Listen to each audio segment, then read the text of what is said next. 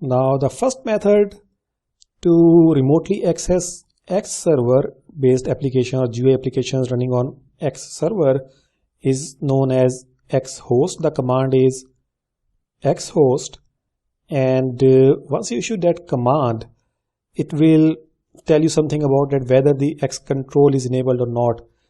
It's like if we have a client over here which is running X server client, and the server is over here which is running X server, and it is kind of high-end server that can process heavy processing, maybe different graphic intensive applications, but this one is not that smart or not that high-end PC. So what we want is that the GUI applications should run over to this server, and we should be able to access those applications or their GUI interface remotely. So we can issue the command X host onto this client over here, and this will show us that you see there's a security parameter in here as well, is that let's say I do not want those applications to be visible onto this client. Let me just write this one, client. So it would be a security breach if somebody from outside is able to throw its GUI or X server output onto the client. We might not want to do that. So by default, there's a restriction that the display or the X11 display is not acceptable to any client. And once you issue that command, and I'll show you in a while what do I mean by that. Once you issue that xhost command, it shows you that the access control is enabled on the client, and it will not display by default any GUI that is thrown into it. So we need to enable it. We can enable it by xhost space plus sign, which will disable it, disable the access control, and any server or any other I should say the X11 based computer that is running and it can throw its output GUI based applications output onto the client. Another way to restrict it so that only specific X servers are able to throw their display onto the client is that you can type in xhost plus space then plus and then the IP address or the name of the server. Of course, that name should be resolvable, but if it's not, you can simply type in the IP address of that particular host. Once you do that, that server will be now that client will be able to accept the GUI from that particular server. Now once that part is done, you need to log into the server using your client, like you can use telnet protocol for that purpose or SSH protocol for that purpose. So you can initiate a telnet or SSH session onto this server, and once you log into it, you need to give the command which is export the display. So the command would be export display is all capital, and then you can type in, by default the display would be 0 or 0.0, so that means that the server is displaying its GUI application on its local desktop. But if you want to change it, and since we want to change it, we want that display to be exported onto the client. So what we will be doing is that instead of 0.0, we will be exporting the display as the IP address of the client. Let's say the IP address is ip.client, whatever it is, it could be any IP address. So IP address of the client, then full colon, and then 0.0. Once you do that, once you telnet into the X server or SSH into the X server and you issue this command, that would mean that if you are trying to open now any GUI application from that very terminal after issuing this command, then that GUI application will be shown onto the client desktop. Now I have mentioned all this thing over here just because historical perspective, this is not used anymore. You can issue the commands, but they are not, and they will work as well. In some environments where you have configured X11 server, they will work, but nowadays we do not use this xhost command anymore, and one of the main reason is because of the security as well. And also we use the protocol SSH, which is secure shell, which now has embedded functionality to remotely access the X server applications as well. So once we SSH to a machine, we just give it a special switch which is -X and then the IP address of the machine. And once we do that, then it means this X minus this capital X, not small x. This capital X means that we are trying to grab the X server session as well from the server that we have connected with. So now let's come on to the GUI or the command interface, and let's see how it's all working. So let me just pull up the Ubuntu desktop environment. So this is the virtual machine that I'm running, and I'm also hosting it on another Ubuntu machine.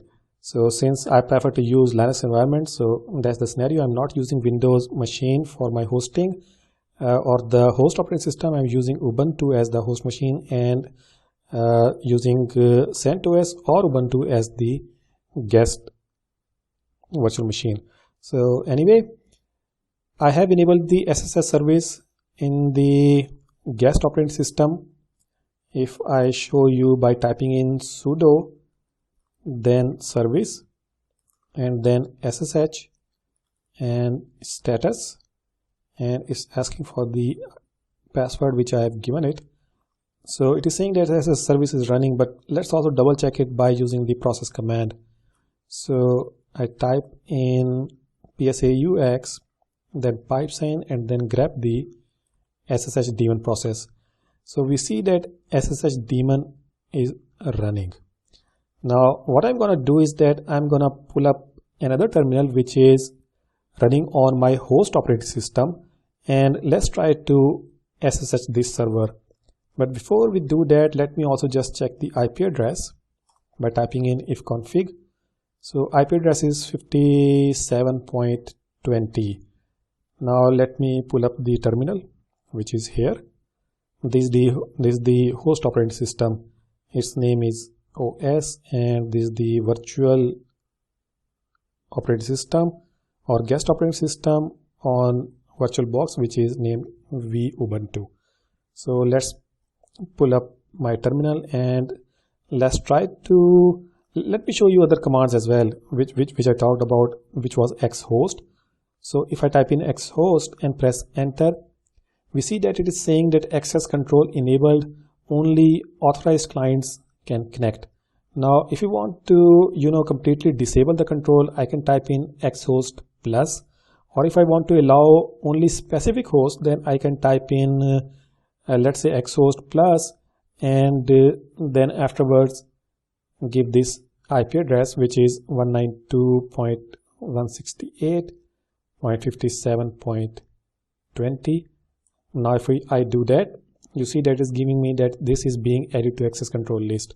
So now if I telnet or SSH from here to this machine and then export the display, ideally we should be able to get the display imported onto this side. But as I said, that this method is not used anymore. So what we are going to do is that we are going to use the SSH based X forwarding. So I type in SSH, then I type in -X, and afterwards I need to give the IP address of the machine that I want to connect to using SSH protocol. So I also need to type in the username which is ABC, and after that the IP address is 192.168.57.20. Now once I do that, I press enter and just give it a while it processes the keys for SSH. Okay, so now it is asking for the password. Now once I give the password, I'm logged in. Now how to check that whether it is working or not?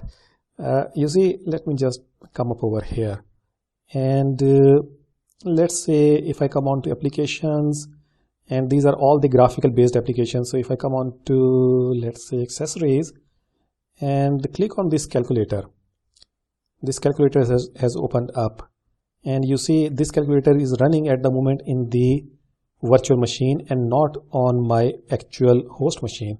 So let's close this one, and let's try to open up this GUI application from command line of the guest operating system.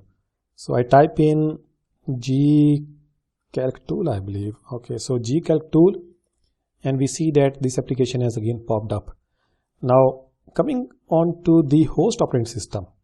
Now I have accessed the guest operating system, and I have also enabled X forwarding.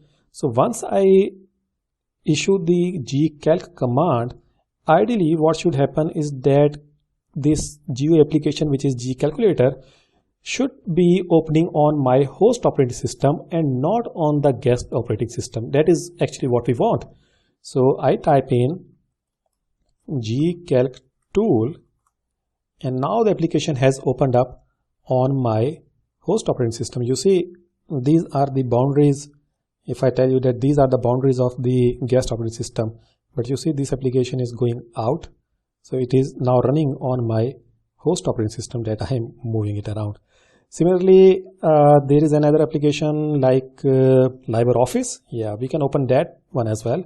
So I type in LibreOffice, and this application will also, it will be processed in the guest operating system or in the remote, as you can say, in the remote operating system, but its GUI, it will be forwarded onto the client that from where we have connected to the server.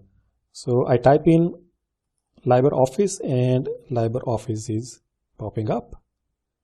Now a truly great application and a truly great feature that we can employ for remotely accessing the GUI based applications on an X server.